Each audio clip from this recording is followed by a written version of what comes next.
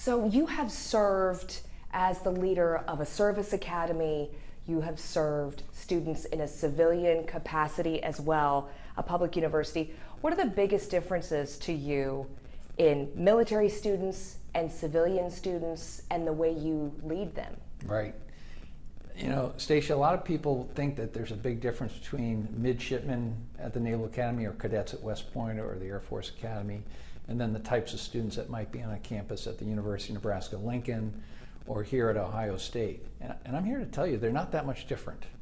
They're the same age, they care about a lot of the same things.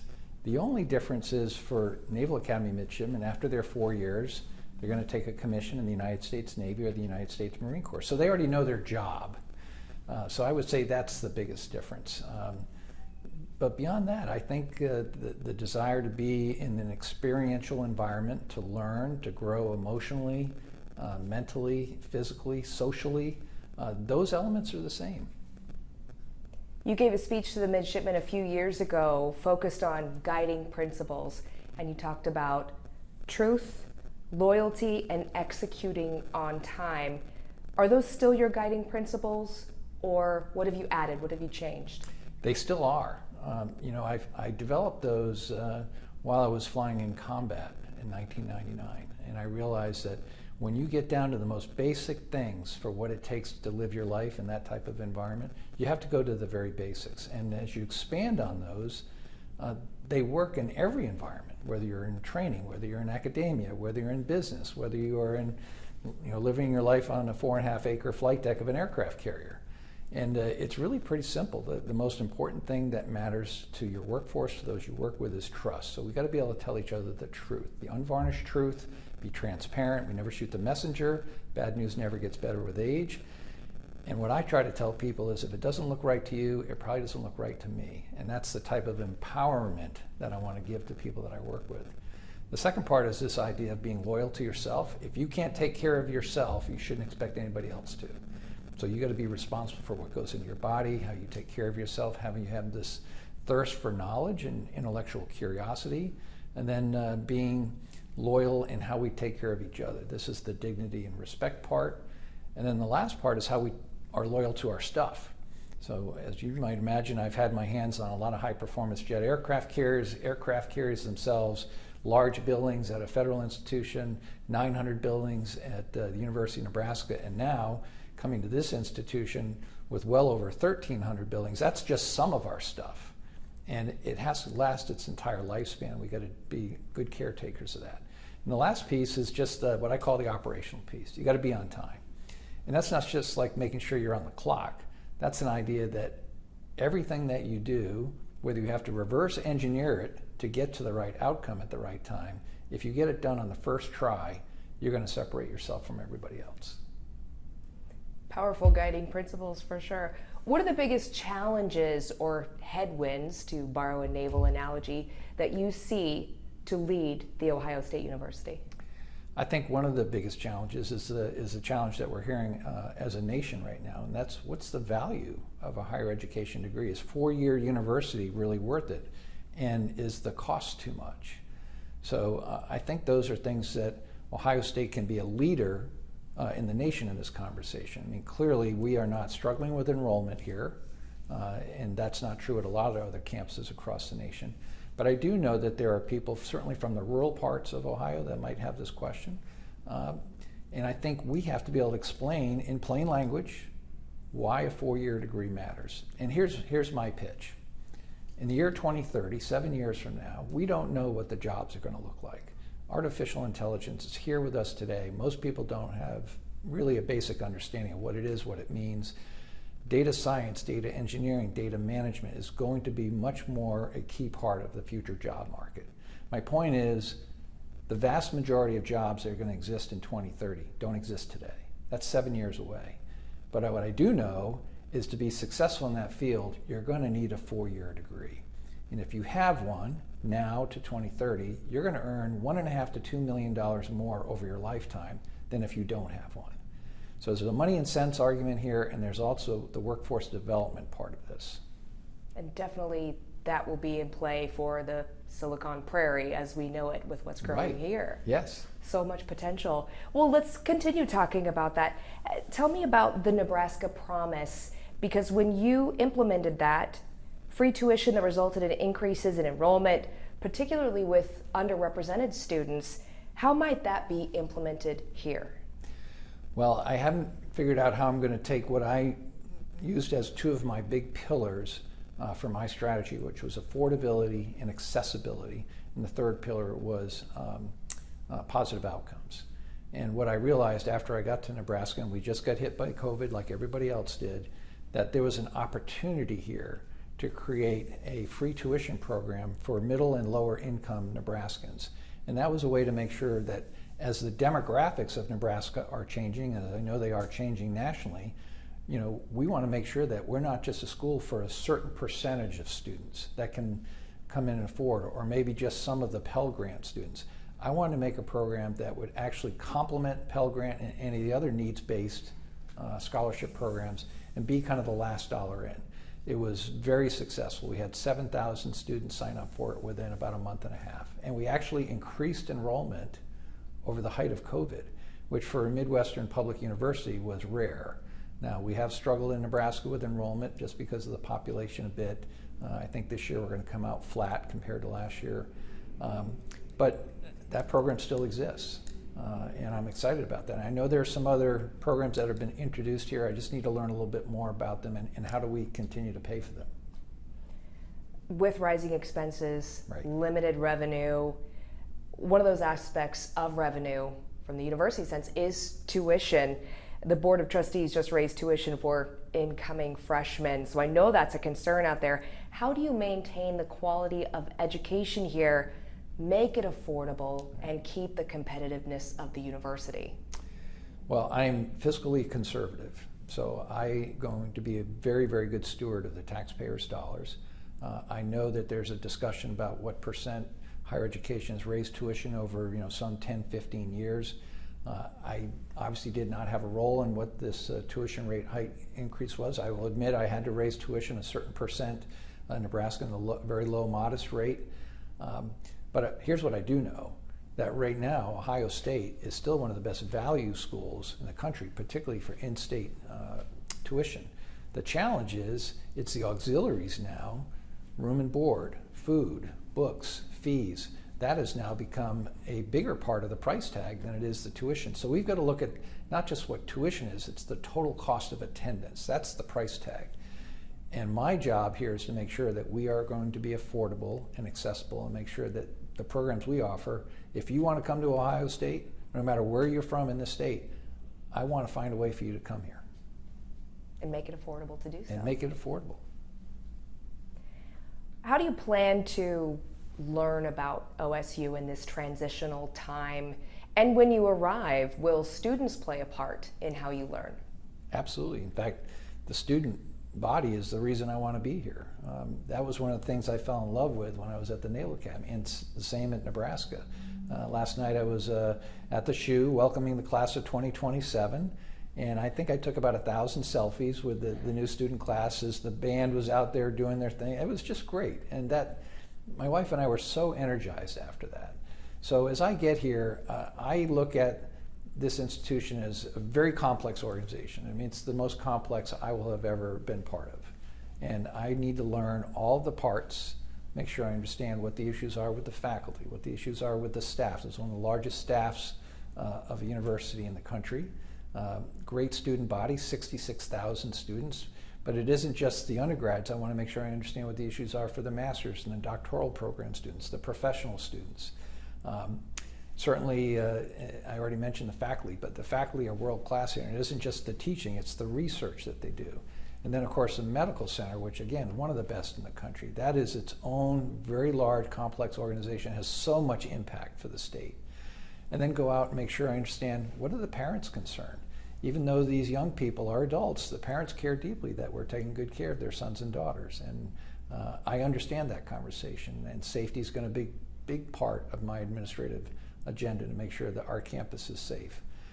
Understanding the community, the state legislature, and then of course the alumni base, and then the philanthropic base. All of those are just some of the most basic elements, and there's another 20 outside those rings that I'm going to need to understand. Since you mentioned safety, we know crime is impacting students. Yeah. They tell us they're worried, parents tell us they're worried. How are you going to make this campus safer? Well, first of all, I've got to learn some of the things that they've already initiated and the things that they have done. I know there's been some effort to try to improve safety. It's been a top priority for me on every single campus I've been on. Remember, this is my fourth, presidency job, so I understand a little bit about that conversation. I would address every single parent of the Naval Academy incoming freshmen the day that we inducted them. All of them came. So we were talking about roughly a class size of about 1,200, and I would fill up an auditorium with 3,000 to 5,000 parents there. And I learned the most important thing that I would say to them as they were about to go through their kind of plebe summer experience, think giant boot camp, was thank you for trusting us for taking care of your sons and daughters, and that's exactly what we're going to do. And I would hear back from them. Like, I was there for 2 graduating classes that I saw go all the way through because I was there for 5 years. And they said, I still remember you telling me that you were going to take care of my son and daughter, and that gave me a sense of relief. I want to be able to look every parent in the eye that sends their son or daughter here and tell them the same thing. That's how much I care about this. And we'll never be perfect. We have a community that lives within a community. So my relationship with the mayor, with the police force that we have here on campus and the police force that's in the city of Columbus, we're going to have to really work together. And we have to make sure we know how those boundaries work. And that's some of the challenge. As we look at some of the incidents happen, a lot of them happen not on the campus, off campus, but they're still our students. So again, some work to do. A dynamic environment for sure with Right. all of those. We know that leadership transitions always come with challenges. In this case, there's not a lot of clarity as to why the previous president left. How do you plan to steady the ship? Well, I think if I just come in and be myself, I have a fairly calm demeanor. I have an empowering type of leadership style. I did not know Dr. Johnson. I met her once virtually. I don't know all that happened here. I feel bad that her tenure was so short. I can tell you after being here for a couple days, this campus is aching to have leadership back. And I'm really thankful to the Board of Trustees for putting Dr. Moeller in as the acting, and I'll be ready to come fill that void come 1 January. It's going to get here before we know it. Ohio State has a Board of Trustees. There are powerful donors. How do you balance their demands and your vision for the future of the university? It's all about communication. No surprise rule, making sure we understand what the priorities are. And as I've worked collaboratively with many boards across all of my career, I know how important they are. And I will tell you, having been on a number of campuses across the country, we have an exceptional Board of Trustees here. Very impressed, and I'm excited to work with them.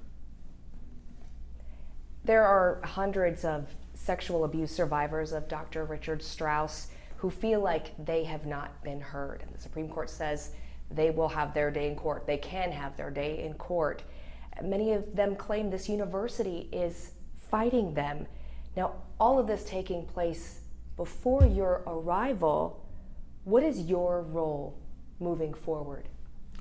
Well, I've been following this in the news like most Americans, and just as my predecessors did in apologizing to those survivors, I would add my apology, my most sincere apology to those survivors.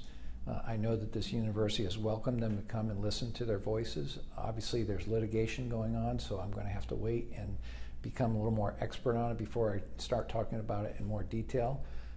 But there is one really big point. We have to learn from this and make sure it never happens again. And then let's make sure we get to the right outcomes for the right reasons. And then let's take care of the survivors. You testified before Congress with the 2016 Service Academy Gender Relations Survey, which focused in part on sexual assault and sexual harassment. What did you learn from that experience that might make for meaningful systemic change for students in the future here? Yeah, you first have to admit that this is a challenging problem. You can't hide from it. You can't sweep it underneath the rug.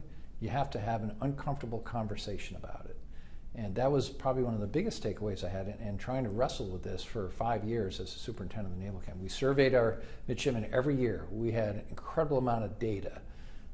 We created and recreated new programs that were peer-based education for prevention, even education on what healthy relationships should look like. In other words, this is what to do as opposed to what not to do.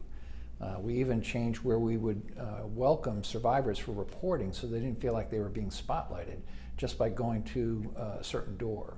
So we did see some areas of improvement, but what I've learned in this is it's constant work, and it's worthy work, because this is how we take care of our young men and women that are on these campuses. So I will bring some of what I learned there. Again, I don't know what programs we have here. I know we instituted some pretty significant programs at our flagship campus in Lincoln during my time, and I think I've seen some positive results out of that. We just surveyed our campus for the first time in Nebraska in a method that I'd seen similar to what we did at the Naval Academy. And that's part of not being afraid to hear the answer. And we talked about bad news does not get better with age, and you've got to be able to listen and take action.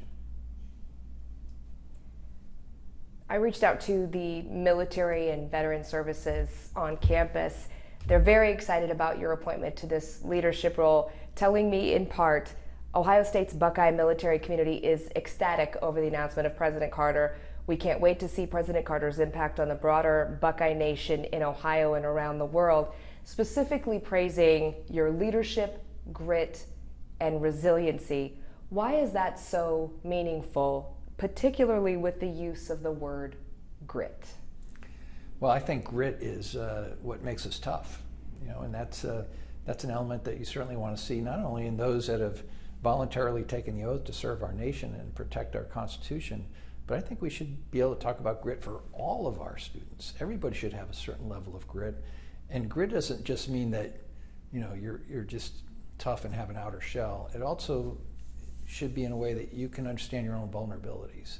And that's what it takes to really be a resilient person in today's world. And it's a different world now. It's an important part. But I'm really looking forward to connecting with our ROTC, really thankful for the robust numbers and programs that we have here. I'm excited about that. So many military connected students. Yeah, it's right. Exciting. They're so excited. So we know you're a hockey fan. Yeah. Played hockey in the Naval Academy. Are you a football fan? Oh, yeah. Well, What are you looking forward to? Sports. All sports, okay. But yes, I'm a huge college football fan. And I still have allegiances to the Naval Academy. We were a nationally ranked team during a couple of my years as superintendent. Obviously, I'm still going to be a Huskers fan. That will never go away. And some of the other sports teams, we had multiple campuses that played the Division II, Division I level. But I am well aware of the powerhouse that Ohio State brings across 36 Division I programs, and a team that should be vying for a national championship every year in football. And I hear you feel confident about your skills in talent acquisition in particular. Do you think that applies to our athletes, our students, not just the faculty and the staff? Right. Part of my job is about talent acquisition. I mean, that's what I've had to do at Nebraska. One of my first tasks will be to replace the unreplaceable Gene Smith, and I had to do that in Nebraska for 2 athletic directors, including a football coach and chancellor. So I understand the challenges that go with that. The good news is we're going to attract a lot of talent here. So it's not going to be an easy task, but I know we'll get it done. Who out there still refers to you as Slapshot? So anybody I've ever flown with, anybody that wore a flight suit, anybody that was a Top Gun graduate back from a certain era, particularly in the mid '80s. There are people that actually don't know my real name; they just know me as Slapshot because that's just kind of how we became knowing each other back then. How do you carry that with you day to day? I don't carry it with me too much. I mean, my real name is Walter Carter, but my nickname is Ted. So that's one differentiator. If somebody calls me Ted, then I know that they know me. If they call me Teddy, that means they probably grew up with me in rural Rhode Island. And if they call me Slapshot, that means that I probably flew with them. So I get to know these different chapters in my life. Final question today. You have been a midshipman, a Top Gun, a warfighter, a chief of staff, a Hall of Famer, a vice admiral, a superintendent, a Cornhusker. The list goes on. What does it mean to be a Buckeye? Culmination of my life.